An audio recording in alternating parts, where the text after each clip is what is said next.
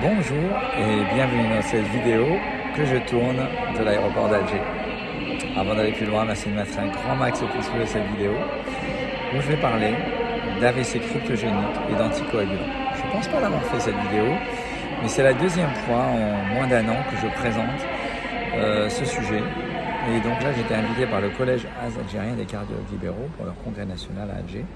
Et ils m'ont demandé de traiter ce sujet. Quels sont les messages clés que j'ai transmis à l'audience? D'abord, énorme gratitude, énorme remerciement pour l'invitation, énorme sympathie de rencontrer mes amis et de rencontrer notamment les plus jeunes. On a fait plein de photos avec les plus jeunes et j'espère qu'on va susciter quelques vocations.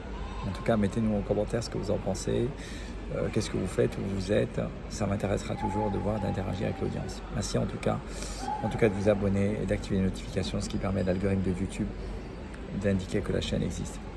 Alors, AVC cryptogénique ou ESUS, c'est-à-dire c'est les AVC d'origine inexpliquée. D'abord, ce n'est pas tous les AVC, c'est-à-dire qu'on a éliminé les 25% d'AVC liés à l'athérosclérose, qu'on a éliminé 25% des AVC liés à la maladie lacunaire et qu'on a éliminé 25% des AVC qui sont liés soit à un véritable embole d'origine cardiaque ou à des maladies rares comme la dissection ou des artérites. En gros, il reste 25% d'AVC qu'on peut dire cryptogénique ou ESUS. Ça, c'est le premier élément. Deuxièmement, anticoaguler à l'aveugle juste parce qu'on y croit, ça ne marche pas.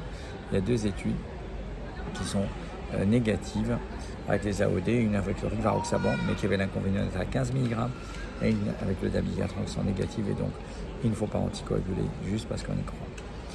Deuxièmement, qu'est-ce qu'il faut faire alors? Il faut traquer l'AFA, et là, ça nous ramène à l'étude Crystal AF, qui date maintenant quand même quelques années, 2014-2015. Depuis, on a eu les études de suivi. Et les données de Crystal AF montrent que lorsqu'on met un Holter implantable, dans les 3 ans, on a 30% de chances de diagnostiquer de l'AFA.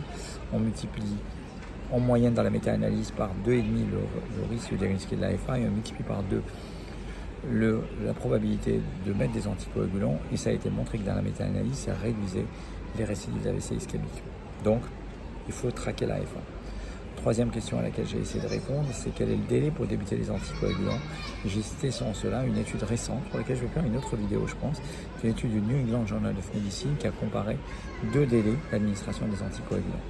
En pratique, de toute manière, la recommandation, c'est que le délai de démarrage des anticoagulants dépend de l'importance de l'AVC essentiellement.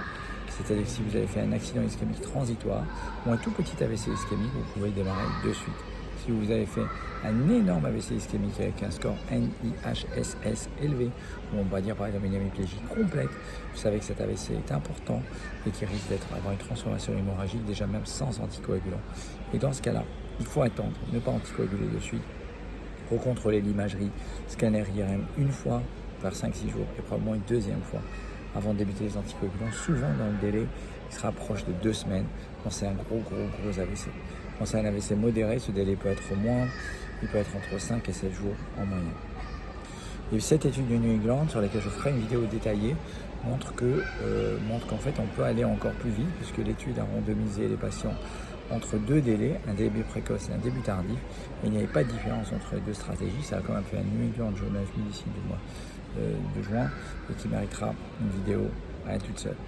Donc en gros, et le dernier message que j'ai passé, c'est qu'une fois que vous avez décidé de mettre un anticoagulant, les AOD c'est mieux que les AVK, c'est la première chose. Et deuxièmement, attention au bon dosage.